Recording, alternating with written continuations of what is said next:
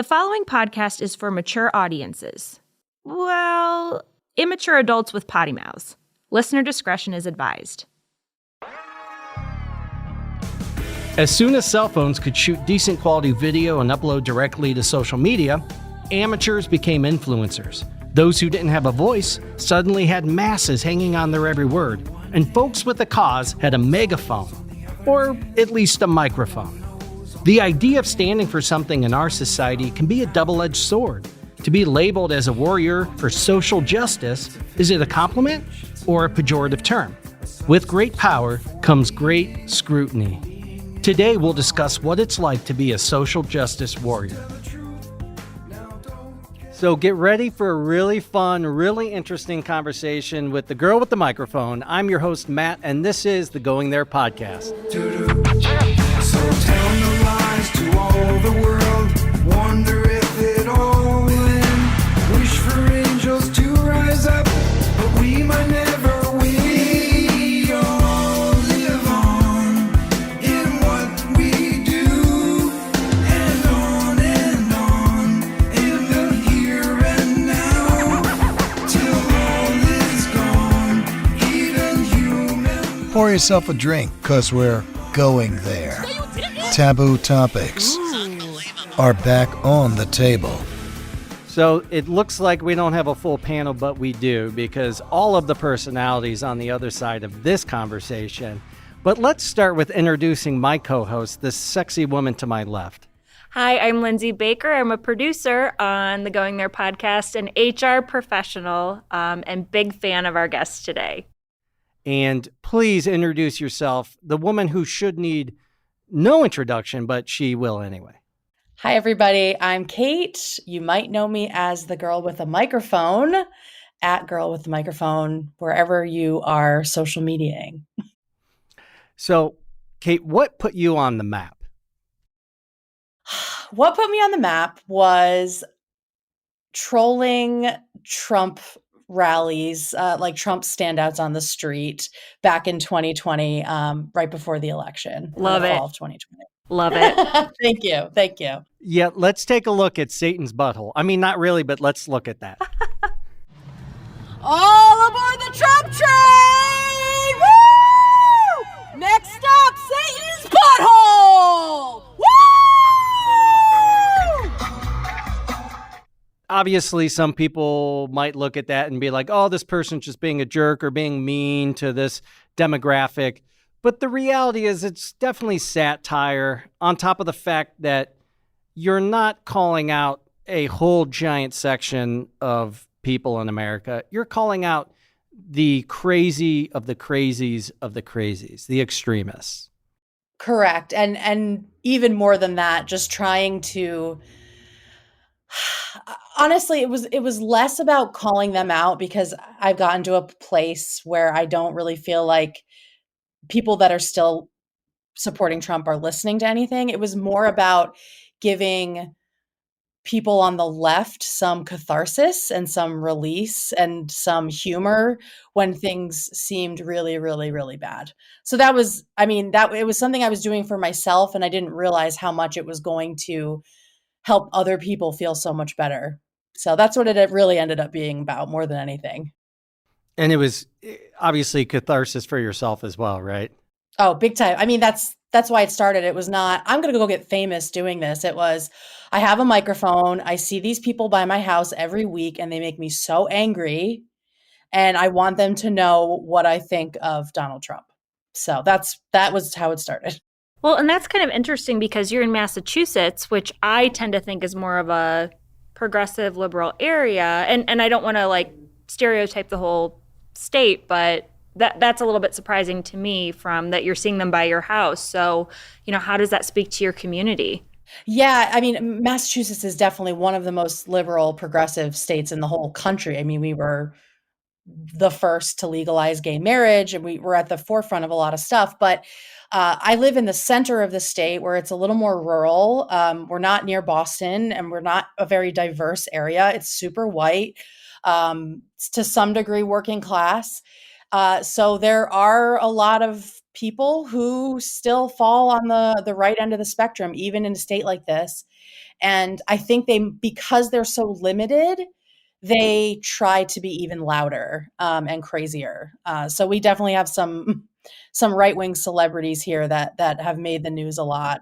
And it's fun for me, for sure. Maybe some January 6th guest stars. Yeah. Yeah. Do you spot any of your neighbors on TV on the 6th?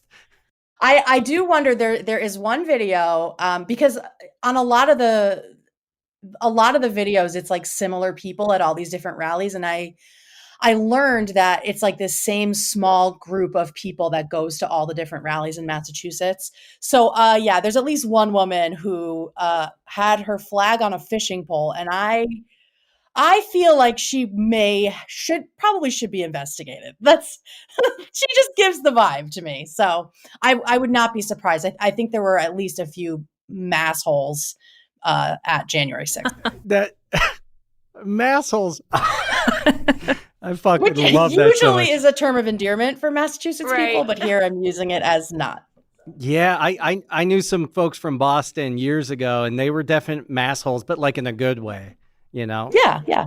Yeah, when I think of Massachusetts, I think of like conservative liberals, if that makes sense. I think of like old school JFK kind of folks. Yeah.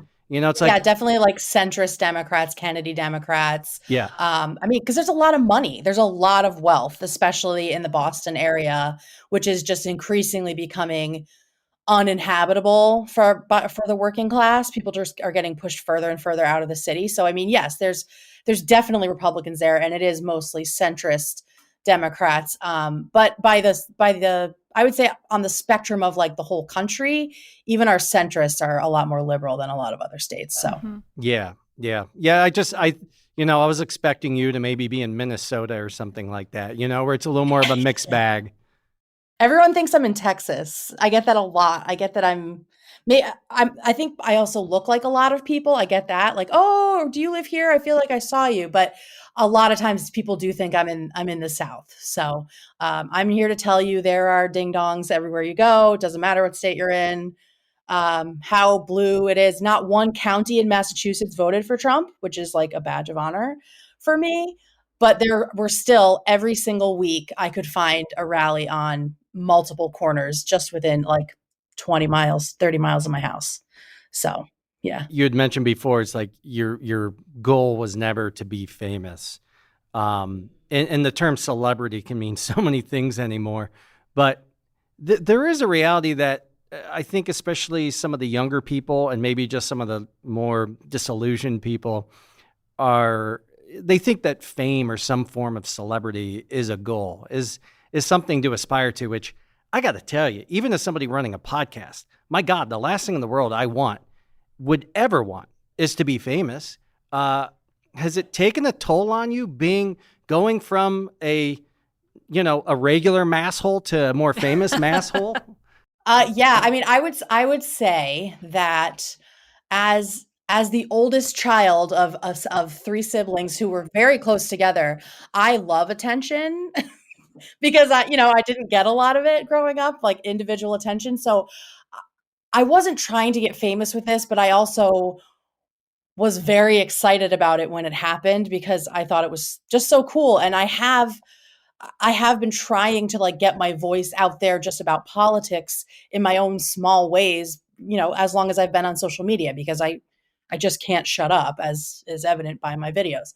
So it was very exciting at first, but I did notice that every time I posted a video and it went viral, a couple days later, I would just have this crash. It was like a dopamine crash. And I would get really depressed and sad about like the state of the world. And because in addition to all like the lovely comments, there was just people being so horrible and ugly. And it was less about taking it personally and more about like the state of specifically young men in our country that was really bumming me out, because I have a couple of nephews who actually are in Michigan, in a very conservative area, and they're flying Trump flags in their bedrooms, and it was just making me think about the fact that they're probably talking to women the way these other 14-year-old boys were talking to me. And it was just that, I think, that crushed me anytime that I really thought about the way teenage boys are being socialized to harass people on the internet I think that was like the biggest bummer out of all of it. But you touched on such an interesting point that is so relevant to me. Well, first of all, like being an influencer of any kind, there is a mental health toll that it takes, right? But even doing the show, and I mean, we haven't even started releasing season 2 as of the time of taping this. I'll tell Lindsay, I'm on such a high when we're here and we're talking and we're collaborating and we have such awesome people on the show like yourself, guests and panelists. And then I crash the next day. And I mean, not am I just tired? I like the darkest, dark, deep low.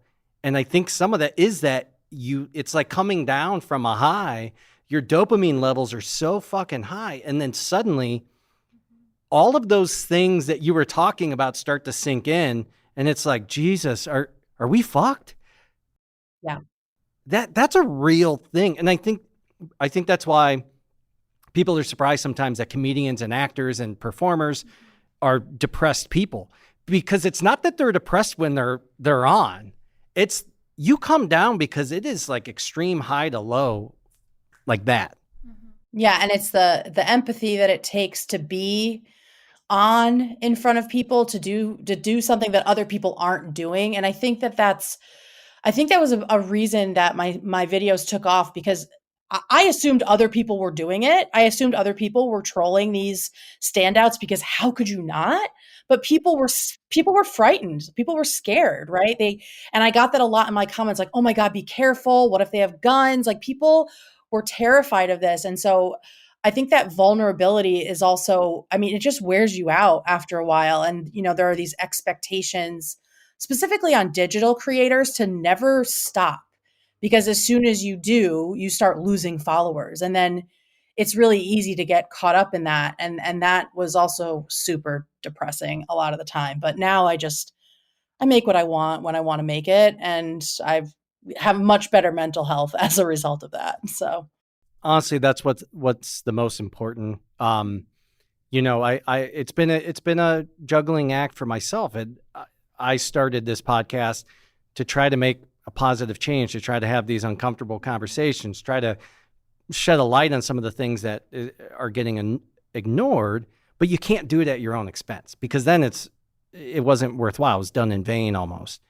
Well, and one of the things that we thought about, I think maybe when we started releasing the first couple episodes, was like, what if people figure out where your business is and they hear it and they don't agree with it, or they figure out where a house is? And they're mad. And, you kind of have to say, is the cause worth that risk? And really, are the people behind the keyboard going to exert that much effort to try to come and like get you? But people can be really, really cruel behind the keyboard and really threatening. So it is a risk. But to your point, like, you just put out what you feel like you need to, and what aligns with your cause. And I think that's the most important thing. There are all different kinds of activism. And I say that a lot because people, a lot of times I would get like, oh, what is this actually doing to change anybody's mind? But I've heard the analogy of like activism being a freeway, not a 1-lane road. And there are all these different lanes. And so putting myself at risk like that was just something that I didn't care about. Like, I was just like, I want to do it. They need to see someone look them in the eye and tell them how insane they are. They need somebody to do this, and I want to do it. And I don't know if I have something missing in my brain that was like making me not scared of doing this, or just the rage was taking over. But I just, at the time, the risk seemed worth the reward, which was confronting these people in a way that was funny to people that were just hurting so much. And I'm sure some of the crazies who didn't like the lane you were driving in had something to say about it. Oh, I mean, constantly. And I'm grateful that stuff has died down, but there were a bunch of times that were pretty scary. My wife is a very careful person, and so she would get really scared. And I mean, honestly, she is a huge reason I stopped making videos, because she was getting really nervous. Like the last one we did, someone was recording me and said they were going to send it to this like local conservative, like, it's not a newspaper, but it's one of those just like online troll rags. And he has like ruined people's lives. Then again, she was recording me on her flip phone. So, I mean, it wasn't going to do anything, but like I wasn't worried. Yeah. Same woman as the fishing pole. She had fishing pole and flag and then like Nokia flip phone out recording me in like 1 megabyte, just like, You should have been scared. She obviously had access to a time machine. So fuck. yeah, yeah. The technology was outstanding for sure. But yeah, so that there was that fear. I was gonna say homegrown terrorist has her on blast, like they're just ready to like put her out there. So, but you had shared a story offline about some of the crazy shit that people have done to let you know that they don't agree with you. Back then, a creepy thing that happened was somehow this woman in like Oklahoma got a hold of one of my good friend's phone numbers and was harassing me through her. And I don't know how she got that number. That was really scary. That was like the closest it got personally until more recently, my wife and I were talking on our YouTube channel about wanting to have kids and like the process of intrauterine insemination and all of that, and potentially IVF. And I got this letter in the mail with no return address, of course, because they didn't want me to know where they lived. And I still have the paper. So basically it was like this packet of information about how homosexuality is a sin, blah, blah, blah. And I figured it was just like local Jehovah's Witnesses because they've dropped stuff off before. It didn't really register to me like that they had my full name and address on it and it was stamped like, but then I opened it and I realized there was like this little personal note. I was like, oh wow, they're getting real specific here. And basically, it says, bringing a child into this world without a father would be a tragedy. He is waiting for you. No one is too far gone. And like my blood just ran cold because I found out it was someone in California. Someone in California has my home address and was able to find it. I still don't know how they got it, and send me this very creepy little message. And I think the thing that infuriated me the most was they didn't sign their name and they didn't put their address on it. So they understand how scary it is to know that someone else knows your address. But they didn't think that it was like out of line to do this to me. So that's probably been one of the worst things. Don't even get me started with homophobia in the church and church trauma and the shit that they put people through. But like the just the basic human logic of saying, I'm going to drop this note off, especially when it's trying to come off as like nice and positive, right? Like, don't give up, Of course. like, yeah. This couldn't have been meant to do anything other than take a dig at you. Yeah. And intimidate me. They dress it up in the guise of Jesus and God and try to make you feel bad. And it's like, I mean, that's church in general, I feel like, but that's extra sick. Yeah. Like I said, the Trumpers, they might have a hard time hating you because you're white, but you're a woman and you're gay. So, those are two strikes on you, Yeah, exactly. And they always found something to talk about. You're ugly, you're fat, you're gay. Like, and I realized, and I think that's just being a woman on the internet, because no matter what you look like, they're going to find some way to attack something about you, usually about you physically, that they're going to just like hammer. And they were just all saying the same thing. So like that never bothered me, but just like stuff showing up at my house, or, there was also some stuff said about my adorable sweet baby niece, and like just people being really, really gross. That was the stuff that was just, it stuck with me. There were just a handful of things that stuck with me. The rest is just noise. But like, as far as you said with being white, that's a big reason that I wanted to put myself in the line of danger, I guess, to some degree, because I think we need to do that more. Because a Black person rolling up on a Trump rally would not have gotten away with it the way I did. No. And I know that. And so I like to use my privilege to do daring things if I can. That's beautiful. I mean, that's very much the kind of the thought behind our show is to speak up because one, other white people will listen to you. They're more apt to listen to Yes. you, somebody who Right. looks like them, who maybe represents some of the same feelings they have. And I try to keep that in mind too, that I have a better chance of reaching people who look like me, even if they don't agree. And then maybe that's an introduction to a whole new conversation. And so in that goal, do you think you accomplished it? And what are some of the good and bad and the ugly that's come out of it?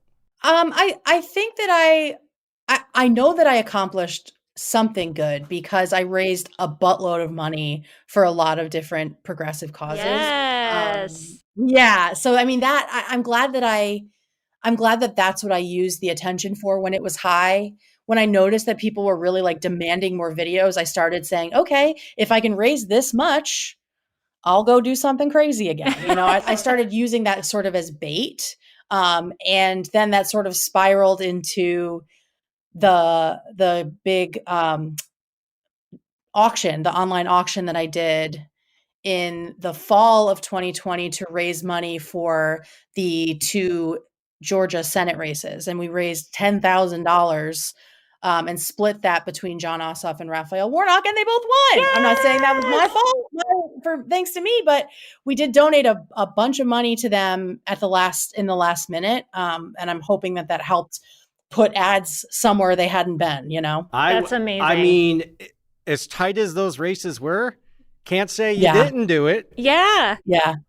That photo was iconic, wasn't it? Like the double high five, like it was just fantastic. That felt so good. Like watching Georgia go blue and knowing that I did something and it wasn't, because I mean, I think when you start getting attention, you can kind of take it in a couple different directions. And I just knew that the people that were following me, it was politically motivated, right? So if I just started doing random like brand deals and trying to make money for myself, I knew I would lose my platform because everyone would be like, oh God, it's just another influencer. Like, and I didn't want that to be my life anyway. That's like so stressful to me. So I was like, there's like a lot of shit going on. We should just raise money for different things. So that I think is like the best thing to come out of it. Also Rosie O'Donnell, Megan Rapinoe, follow me, Padma Lakshmi from Top Chef. Like gotta love that. That's pretty cool. Like a lot of people that I've looked up to for like my whole life found my stuff and enjoyed it and took something from it. So that and donated to the auction, like Rosie O'Donnell and Megan Rapinoe and Jodie Sweetin from Full House. They all donated stuff to the auction.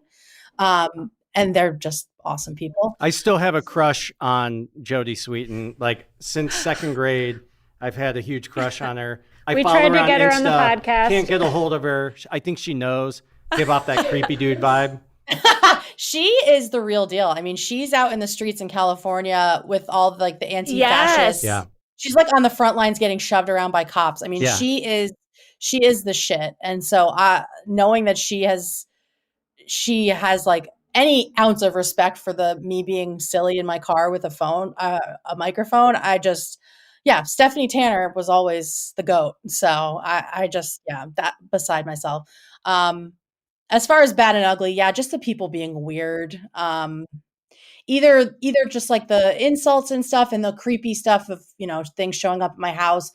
And then there's the other end of it where people really love you, but they also feel like you owe them content on a certain schedule. Yes. And that's like when you're already kind of in a downswing, it can be really, really, really hard on you mentally. So I would say even sometimes the people who loved me most were part of the ugly in the beginning. So, well, I'll tell you, I was never part of the ugly. I was always just Thank you so much. anxiously awaiting your next thing. No, thank you. Appreciate it. We're talking about making an influence from a virtual space. Our musician spotlight this week is on Hollow Men. They were formed in July of 2019 in a transatlantic collaboration between composer Richard Graspy Lewis and lyricist, vocalist, and drummer Nicholas Parker, one of the Parker family dynasty of drummers, with Tony Levin on bass and Michael Bernier on guitars, recorded by Julie Last. Since March 2020, Holloman has released 4 singles which have been heard in nearly every country. Check them out at holloman.net to listen to their music and follow their socials. That's Holloman, HOLOMEN.net. I said it in love, now I'll say it in a song. You will never walk in my shoes.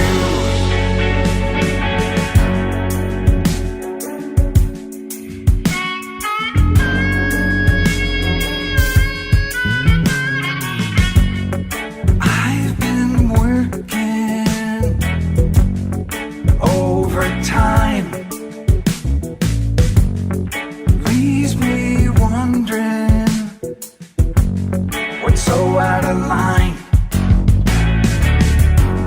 Everybody knows me and nobody cares. So far from winning, but making my share. Oftentimes we deal in these absolutes where it's like everybody in the right is bad and everybody in the left is good. And first of all, that's untrue on both sides. But sometimes people who even agree with you on a lot of things can be super toxic because they do deal sometimes in absolutes. And whether it's from a toxic fandom standpoint or even, I agree, you agreed with me on all this, but how dare you think something different on this? I'm sure you had some people who were like, I love you, but... Oh, I mean, anytime I've criticized Joe Biden, I will get hundreds of comments of he's doing his best. We can't criticize him. And I'm like, okay, so I'm not his fan. I'm his constituent who elected him. We have to criticize our politicians. Like we weren't allowed to criticize him in the election because he was up against Trump and he had to win. And then we weren't allowed to criticize him in the first 100 days because he was so busy with COVID and blah, blah, blah. Right. And now we can't criticize him because midterms are coming. It's like, when can we criticize him and how are we better than Republicans if we're just also like falling lockstep behind the president without asking any questions? Well, and that's such fear-based behavior because Yes. I think us as like non-Trump supporters felt like all of our rights and our voice were taken away from Trump, that it's like if we dare speak out against any sort of Democratic person or the president or whatever. It's Machiavellian. The ends justify the means kind of. Well, Yes. we need to get Joe in there. And I agree. We had to get anybody in there. But the politicians work for us. They always do. I don't want to give any kind of, chance to somebody to be able to say, well, you guys fucked up with this. And we saw it a little bit in the Obama era. Some people would not speak badly about Obama. And it's like, you still got to hold these people accountable. And saying like, well, that's racist or that's this. No. This is holding these people accountable. Joe Biden, let's be honest. It was kind of like, look, you can have a moldy potato or a piece of white bread. And you're like, that's not a meal. Yes. But you know what? I guess I'll take the white bread. Fuck. Right. It was completely, it's always fear-based. I hear the fear of people's comments and I completely understand it, but let's look at the student loan stuff, right?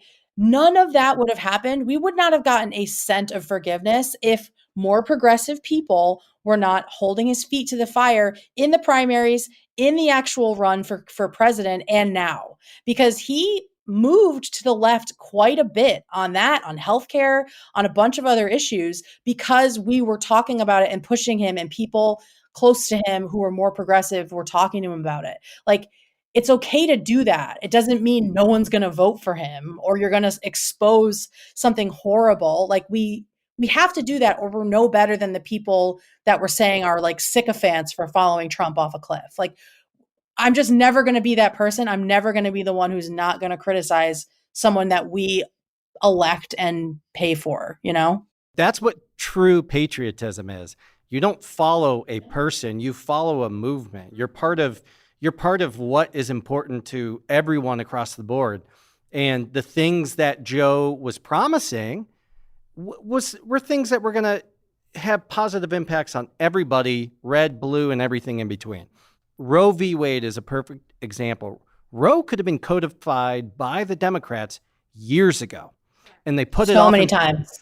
they put it off for so long because we didn't make it a big enough issue, or maybe we just weren't loud enough about it. I will also say, and this is going to be controversial, but everyone's fave, and I love her too, Ruth Bader Ginsburg could have retired under Obama, and Obama would have gotten another Democrat in. You're not wrong. Totally fair. You're 100% Right? correct.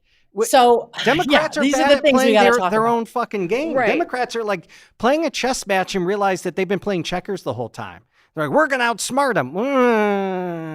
No, and meanwhile, the Republicans have been working for decades to get rid of Roe. Like since it was codified, like since it was passed in the 70s, they have been working to fill these seats and working to get the judgeships they needed and moving these people up and move it. And it's just like we need to be more strategic. And I think that was a huge, looking back, she was a hero. She was incredible, but she should have retired at 80 or whatever, how old she was under Obama, instead of just trying to hold out through 4 more years of Trump. Like that was short-sighted of anybody who told her to keep working.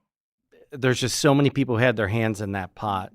And it just goes to show, I think what Democrats can do other than be more strategic in the way that they move is be more authentic. If you're going to try to separate yourself from the people you're trying to beat, you need to stop using the same rhetoric and bullshit that gets you elected, because all you're doing is taking the opposite hot buzz items of the week and throwing them out there. Joe Biden promised a lot more about student loan forgiveness, and what actually came through with a gun to his head wasn't great. Yeah. I mean, it ended up being better than I initially thought. I put out a video the night before when it was leaked that he was doing 10K, and I was very mad about it. Yeah. But I did say, if this is all that it is, I'm going to be mad. I'm happy that the Pell Grant recipients are being prioritized, and that's going to go at least some way to fix some of the racial wealth gap in this country, which is awesome. But yeah, why couldn't he do 50K? Like no one has paid a student loan payment in 2 years, and the government has not collapsed on itself. They don't need that money. The only people that are going to suffer are the credit collection agencies that are dealing with this stuff. So like for me, there is no downside to doing this. We bail out banks for way more and corporations all the time. Why do they deserve it more than the people who just did what we were told to do at 18 in order to have a job and make ends meet and get a house one day, Yeah. And you can't even get that now. Right. No. People who haven't followed you yet, what might they see now? So you're no longer going out there and trolling the Trumpers. They've disappeared. I don't know. I guess I magicked them She away. eradicated them. Yay! Yay! We'll never have problems again. Now I kind of just do whatever I want. I was on another podcast and the guy asked me like what my plan was. I don't have a plan. This isn't my job. I have a day job.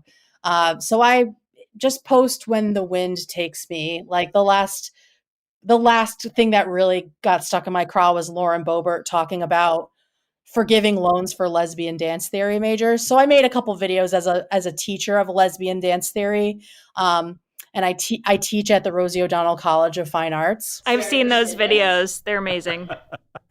Those were really fun. Yeah. So I'm trying to just continue doing funny political stuff when it hits me, basically. I'm not trying to keep up with any kind of schedule because that's not good for me, I've learned. So Have you thought about eating a chamoy pickle on TikTok? Jesus. What is that? We did a social media experiment, and please don't include this in the podcast. But we were trying to like do the whole thing about like how social media is just like silly and like the lowest common denominator. And I noticed on TikTok, 'cause I'm trying to do the TikTok for the podcast, these people eating these chamoy pickles. So chamoy is like a condiment. It's red. I think it's I'm spicy. Googling it right now. Other people don't think it's spicy. I don't know. It's kind of candy-ish. But they soak these pickles in them. And then you put like Twizzler kind of things on these pickles with the chamoy. And they put Takis and fruit roll-ups and stuff. So I told Matt, Jeez. I said, we had like 0 people on TikTok. You see it? Yeah, you get Yeah, it. I see the pickle. I mean, they sell them in like their own little bag, it Like a looks like. kit, yes, like a whole kit thing. But I told him, I just said, I bet I could get like thousands of likes on TikTok when we get like what 400 maybe on a Yeah. good day if I Mhm. do this. And he said, well, put it on the podcast. And I'm like, well, it's off brand. He goes, what the heck's brand for the podcast? So I did. Everything is content. Within 48 hours, I had Almost 500,000 views and like Whoa. 14,000 14,000 likes. likes. And I was like in my pajamas, like with the dewy on top of my head, like Yes. just You eating know this how you pickle said, mess. please don't put this part in the podcast? Yeah. Let's cut to Lindsay's chamoy pickle video. Whoa, yeah, that's a pretty big pickle. It's definitely been marinating for a while. All right, here we go.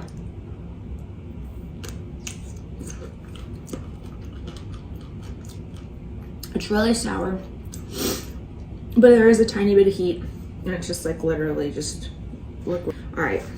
But it's so silly. It's just so silly to see the things that like get picked up. And it really is a lot of just like luck and what is available at the time. But I will say for someone to continue to like get followers and likes, I just feel like you have to have a platform and things that you're continuing to put out. And even though now you're doing Where the Wind Blows, I feel like you still have like this really good following and the message that you're still trying to put out. So that's the thing. Like you started more as like pure entertainment. Right. But now you're actually putting out that's And the raising thing. money. That's the thing is like people are still now coming to you for actual information and influence. Right.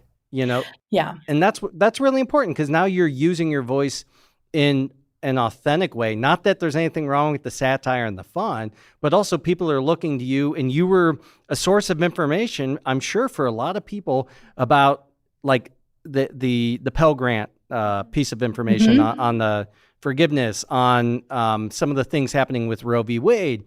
You're a source of information, and comedians oftentimes are taken more serious Right. than the news because they're more trusted. Right. Yeah. Yeah, I the night that the Pell Grant stuff or all the student loan forgiveness stuff happened, I did a live and I literally read through Biden's statement word for word and like broke it down and talked about it because I knew that no one is going to read this. Like I work in marketing. I know people don't read.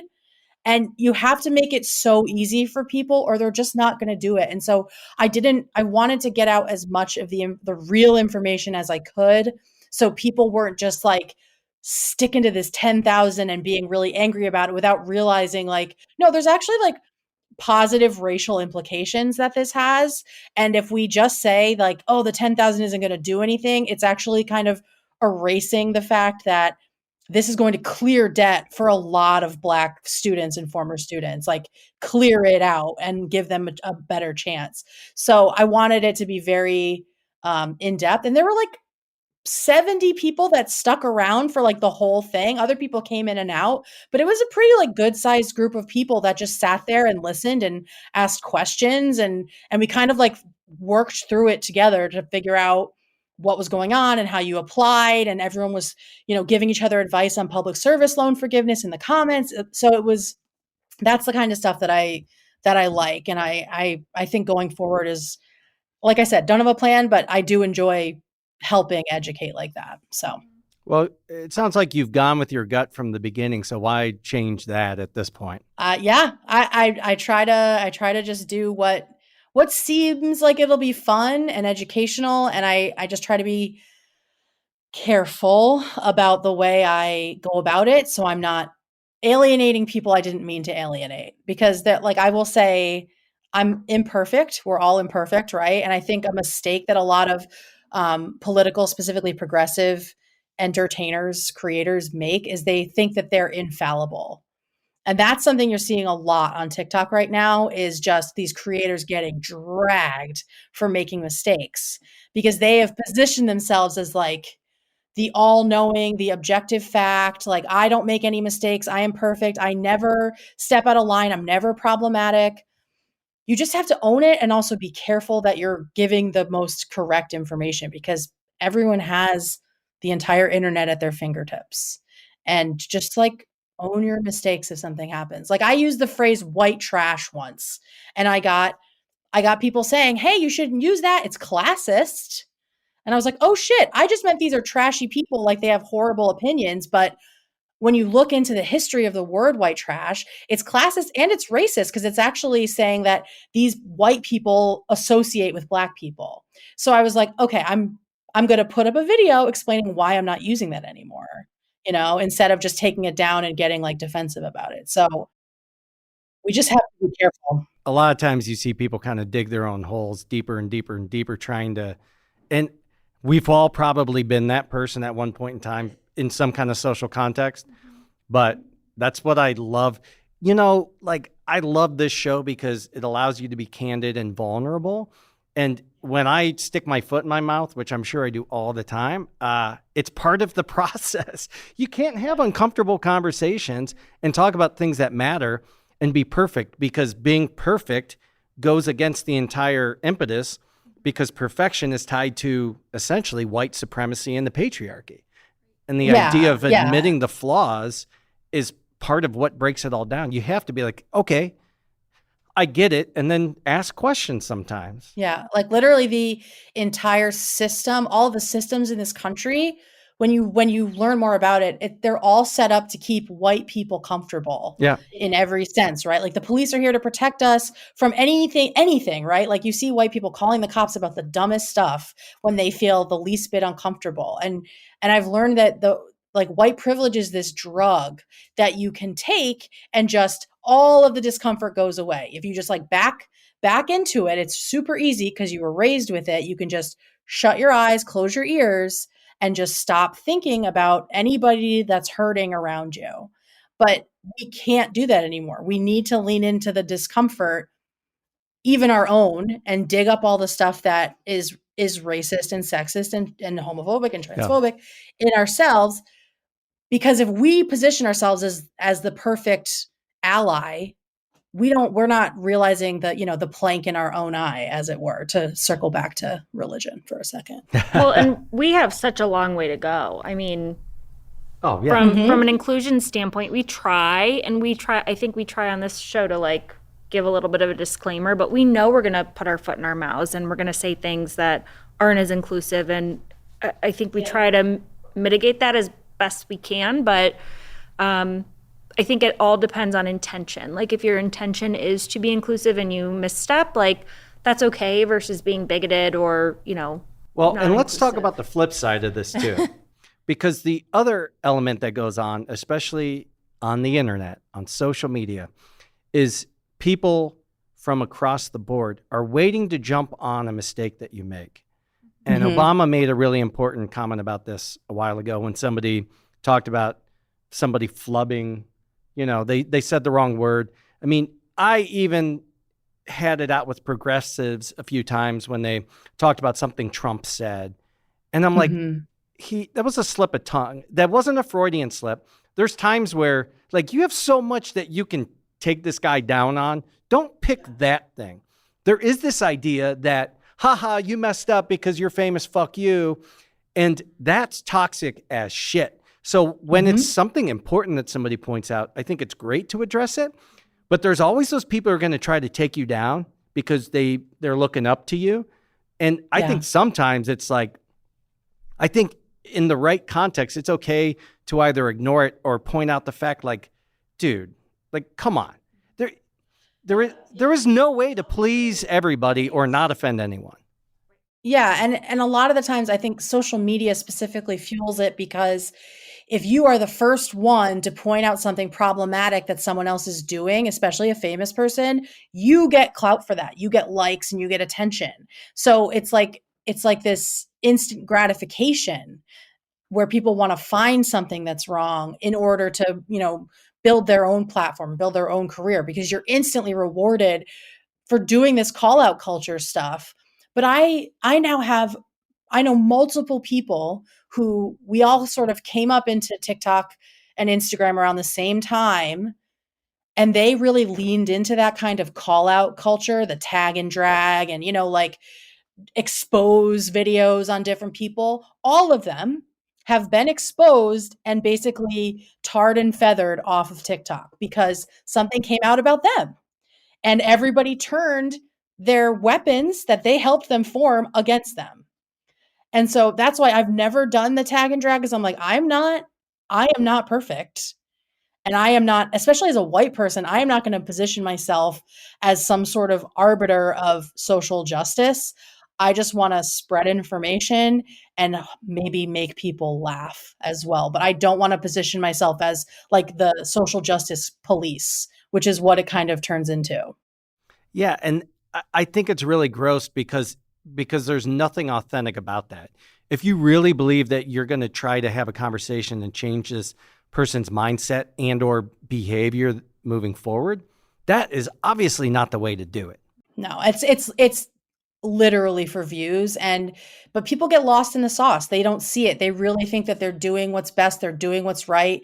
And I just wonder, specifically for white creators who do that and get so much attention off of just being so negative and critical, like, what are you doing offline to make the world a better place? Yeah. Like, because you're spending hours a day on TikTok just calling out other smaller TikTokers or like random racist people on TikTok because the outrage is getting you attention. But what difference are you really making? And like I said, there are many lanes to activism, but if all you're doing is creating controversy on TikTok, A, you live by the game, you die by the game, and that just keeps happening. And B, what needle are you actually moving? No, actually, they're moving the needle backwards because what you're doing, Yeah. because what you're doing is giving fodder to the other side who says, for example, we live in Cleveland, and when the Cleveland Indians decided to change their name, what a lot of people who are very hard against that, which I will gladly say, it's not a simple, easy term. Like everyone wanted to paint it black or white. It wasn't black or white. There was a lot of gray. I understand like nostalgia, like the term Indians meant so much to the people who grew up with the team. You know, I mean, sports have a lot of that. If you say take the racism out of sports, you might as well end all sports. But well, yeah, that's like, you're so close to the point, right? Like there's just everywhere. There's a lot more we need to do, but yeah. Yeah, but my point in saying that is they would say the only people I've heard say that's offensive is white people, because we weren't actually hearing necessarily the voice of the natives, the indigenous people who were offended by it. We're hearing white Karens go on about how it was offensive for other people. So it moves the needle backwards when all you're doing is saying, well, that person's a fame whore. They don't actually give a shit. And they're not offended. They're not a native. I'm not saying that as a white person, you can't use your voice to support other groups. I'm saying when you're doing it in that vein, you are, I think, moving the needle backwards. Yeah, and you're centering yourself in an issue that isn't your issue. And I mean, it would be one thing if those white creators were saying, you're not hearing from native people because we killed most of the native people, right? Like they're a very small minority of our country now and they don't have a lot of power or privilege or at this point. But yeah, if you're centering yourself and it becomes more about ego than actually changing things, that is a problem. And social media is making it extremely toxic in a lot of the white social justice spaces right now, which sucks.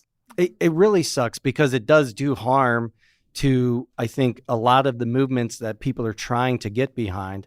And there's nothing brave about being outraged or offended, and especially for likes. That's not bravery, especially when it's dragging somebody else, because there's no risk in that.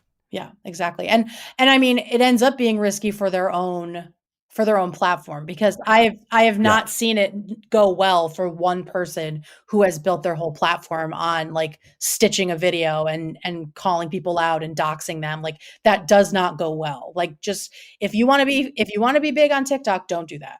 Like find another more organic way, because it is going to bite you in the butt like very, very quickly. Yeah, just make more chamoy pickle videos, and I think the world will be a better place. Stupid. Stupid is the key So word stupid. there. Speaking of things that are just for fun, I have to nerd out with you for at least a couple minutes here.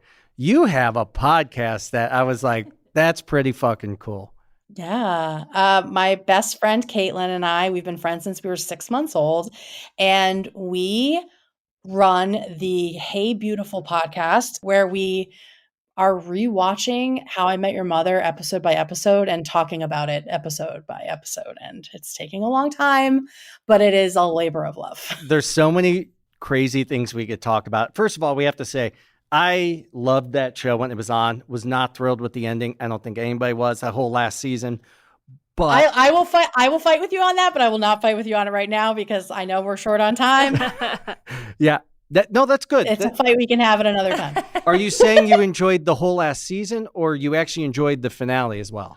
I did enjoy the last season. I know a lot of people didn't, and I understand the ending. That's what I will say. I understand the ending too. I literally can't get into it because it's so much, and also if I say it all here, I can't. I mean, I want to save it for our season 9. Absolutely, so that's all I'm gonna say. No, what I'll say is I liked the ending way more than most people did. But the problem was, knowing it was the last season, I just don't think they brought it the way that they should have. But I'll leave it at that. I think we can agree on I understood the ending too. Because I actually knew from episode 1 that's how the show was going to end. And they did too. Yeah. We also have an affinity for it here because the main character, Ted Mosby, was from the actor, and his character were from Shaker Heights, which is, very close to where we're at, and it's part of Cleveland. So there were so many like little Cleveland jokes at our own expense, and sometimes just that inside humor. But I love that element of the show. The whole Brown's wedding was great. Like all the brown and orange at the wedding. That was amazing. So where are you guys at in the podcast now? What season? We are talking about season 6, which is, if you've watched the show, if you haven't, spoiler alert, it's the season where one of the main characters' parents dies. And so it gets pretty dark. And for that reason, we wanted to talk to the creators about it. So we just had Carter Bays, who's one of the 2 guys that created it, on to talk about why season 6 is so dark and why it's so different. And his story is fascinating. So if you want to check it out, I mean, I had no idea how deep it was and how thoughtful it was creating the entire structure of the season. It's pretty incredible. So. And Neil Patrick Harris's character, Barney Stinson, he is a walking problem, right? I mean, the Me Too movement happened just shortly after that show ended. Yeah, I am grateful every day that the internet was only ramping up as the show was ending. I think for a lot of reasons. I think with streaming services, we wouldn't have gotten 9 seasons. We might not have even gotten 2 if it had started today. And not just for the out of date jokes, but shows just are shorter now, and they get canceled so easily. And so for the show to get, 4 or 5 seasons, and or I think it was 4 seasons, and they got syndicated. I mean, that just doesn't happen today. And then they were able to just do whatever they wanted. So I'm always grateful that really the only season that got hammered was season 9, because that was when Twitter was really taking off. They had a very racist episode where they were kind of like making fun of kung fu movies that got a lot of heat, which sucks because it was like a slap episode, which would have been really funny if they hadn't done the costumes that they did. And then of course the ending. So, I mean, they really only felt the heat of the internet in that very last season. So I'm happy it existed when it existed. What I love about it, and the reason that this is a relevant topic on this show and just in this episode, is someone might think, oh, she's this social justice warrior. She won't you guys aren't looking at it as black and white either. You're saying we still love this show despite its very big flaws, but also let's talk about them. Yeah, that's always been a big piece of it. And we have gotten a few comments of people being like, oh, you just like fixate on everything that's problematic and you're trying to be woke and you're talking about it. It's like, this is just who I am. I'm a gay woman in the world. Like, I have a different experience watching this show than you would, right? So I am going to comment on it because it makes me feel weird. It's my podcast. I want to talk about it. If you don't like that, go listen to some other How I Met Your Mother podcast, let's end this conversation on a positive note. Despite all the ugliness that you've seen in your world and from the mass holes, what gives you hope? I think seeing a lot more younger people, a lot of people of color, a lot of queer people getting involved more in politics and being able to support them and vote for them. Another thing that I did, especially early on when I had a lot of eyeballs on me, is I got to interview a lot of different candidates from across the country, which was fun. Just on live, I would just reach out to people or they would contact me. And so that was awesome to me, Black and Latino and queer candidates from different parts of the country and the different struggles they were facing, but also, the different victories was awesome. And so I think things are changing, but I will say the dinosaurs need to retire. Like, you've made enough money. It's time to let the Gen Xers and the millennials step in. Like, it's time. We have Dianne Feinstein is 89 years old in California, senator in California, and she's worth like hundreds of millions of dollars. And she's a Democrat, and she needs to go because there are progressive Californians coming up behind her. And we should be doing more of nurturing the next generation of Democrats than we're doing because they're there and they're trying to break in. And so I hope that the DNC does more of that. We've talked about that on this show, that the body of Congress needs to represent the people that they're serving. And, I'm sorry, the majority of the country is not white men, and even the people on our side who we agree with on a lot of stuff, like Nancy Pelosi, you got to go. Get out. I mean, just the whole insider trading thing too, allegedly, yeah, they just they're of a different era of politics that does not apply to the world that is literally burning and flooding. We have the voices, we have the minds that are ready to go, but they're being kept out because these people don't want to lose their grasp in their final years on Earth. So I'm hopeful about the new people coming up, and I'm wishful that the Democrats will finally realize they need to just turn the reins over to us. Where can people find you online, and where can people find the podcast? Me, if you want to follow me and see me do silly videos, I'm at the girl with a microphone on TikTok and Instagram.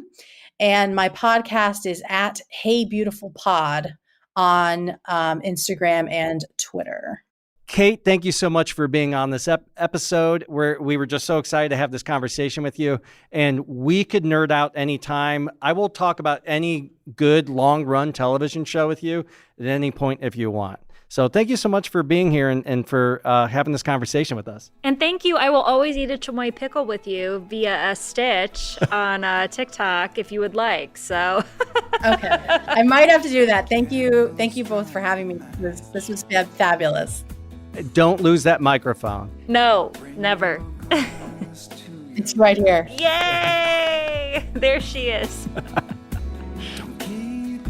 We just went there. Now you can go to thegoingtherepodcast.com for links to all the podcast platforms, our socials, and of course, YouTube. While you're at it, give us a rating, share with a friend, and subscribe. And don't forget to check out our musician spotlight, Holloman. You can check them out at holloman.net. That's HOLOMEN.net.